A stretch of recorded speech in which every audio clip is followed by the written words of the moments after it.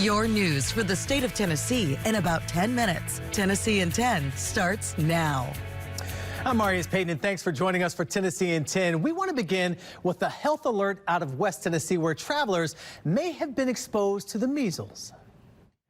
I'm Jerry Askin. You may have been exposed to measles at Memphis International Airport. The Shelby County Health Department confirmed an infected traveler passed through twice during the recent holiday travel period. The traveler showed symptoms on December 30th from 11 p.m. to 1 a.m. They came back January 3rd from noon to 6:30 p.m. Now, if you were there during those times, you could have been exposed.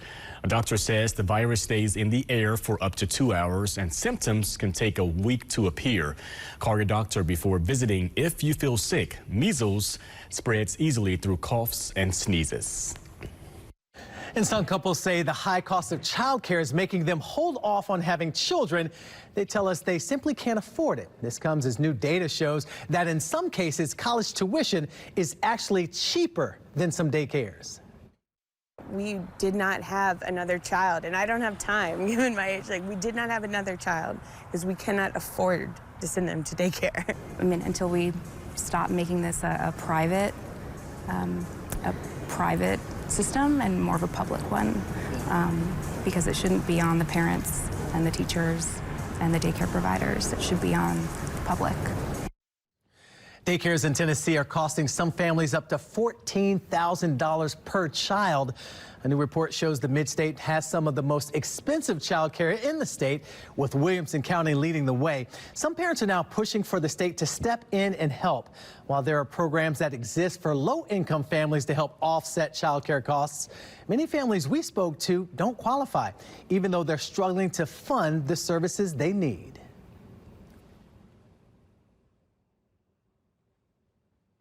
And take a look at this map. It shows the median family income in each county across the state. We determined the median family income statewide is about $81,000. That means about 17% of the average family's income goes towards child care.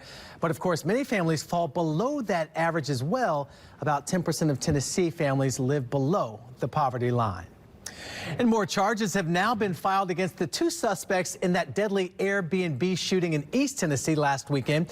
The 18-year-old who booked the house on Airbnb is also facing charges. It happened in Hamlin County. The two suspects are now facing charges of aggravated assault and 19 counts of reckless endangerment.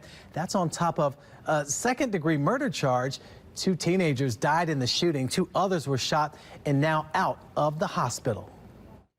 DeSoto County did it, Tipton County did it, and now Fayette County is doing it too. The counties put up billboards with a warning to criminals. The Fayette County sign reads, "Criminals beware, you are in Fayette County, land of the jail and serious bail." Tipton County's message is pretty similar, criminals beware. Now entering Tipton County, land of jail and serious bail. Fayette County officials say Memphis drug dealers and robbers are targeting their area. Tipton County officials say crime is spilling over from Memphis and Shelby County. Last month, DeSoto County DA Matthew Barton posted a similar billboard telling Memphis criminals to turn back now. Well, 2 companies in East Tennessee will receive at least $2 million each in money from the state to help recover from Hurricane Helene. The first is Eastern Planting, a Cott County manufacturer that had millions in losses from the storm. The second is American Appliance, a company that makes oven racks and parts for HVAC units. The grant recipients were chosen by the State Department of Economic and Community Development.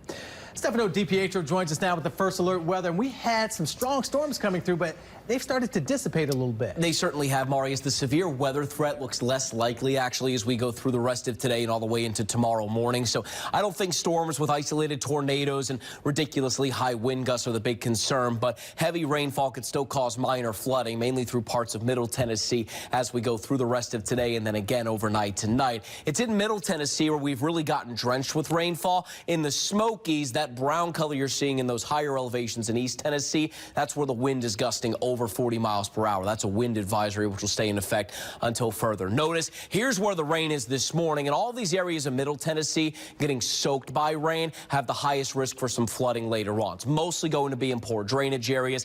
We'll have a good dry gap late this afternoon heading into this evening. Then we'll have additional scattered rain showers work their way in overnight tonight into tomorrow morning. Maybe a little of that rain lingers into the afternoon, but I do think most of us will dry out through our Saturday. So no major severe weather worries. Near 60 Saturday. We'll try to work on some sunshine late in the day. More all-day sun Sunday, but it's colder, below freezing in the morning, and it'll be in the 30s in the afternoon, but probably feel like below freezing with that wind chill.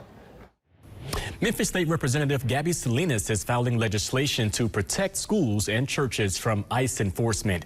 Her bill would require ICE to notify school or church officials before entering their property. Salinas will introduce the bill when the General Assembly reconvenes next Tuesday. The East Tennessee officer injured during the vice president's motorcade made it back to the Maryville Police Department for the first time. Officer Justin Brown still has a long road to recovery, though. In November, his police motorcycle crashed with a state trooper. He's in a wheelchair right now and has a cast on his right arm. Blue Line Tennessee giving him a check for $21,500. He says he's grateful for the support. We didn't even have to ask for favors. You know, they were volunteering. I mean, whether it was to go to our house and take out the dog, you know, every day, and you know, just stuff like that. Even now, going to the house and fixing the fence or any of the things I can't even mention right now, they've been awesome. Officer Brown is hoping to be back with the department in about a year. It all depends on the timing for his hand to fully recover. Country music icon Dolly Parton and Governor Bill Lee have teamed up to celebrate 250 years of America with a new short film centered on Tennessee's role in our nation's history. It's called Tennessee, the Original Frontier. Here's a brand new snippet of the short film, which is narrated by the one and only Dolly Parton. From the very beginning, Tennessee has been an important part of America's soundtrack. As our nation marks 250 years, we're celebrating all the ways Tennessee has been part of the journey, lending a hand, singing a song, and keeping the volunteer spirit alive. The short film highlights the state's history and celebrates the people, places, and events that have contributed to our country. Well, thanks so much for watching Tennessee in 10 on this Friday. Please enjoy the rest of your day.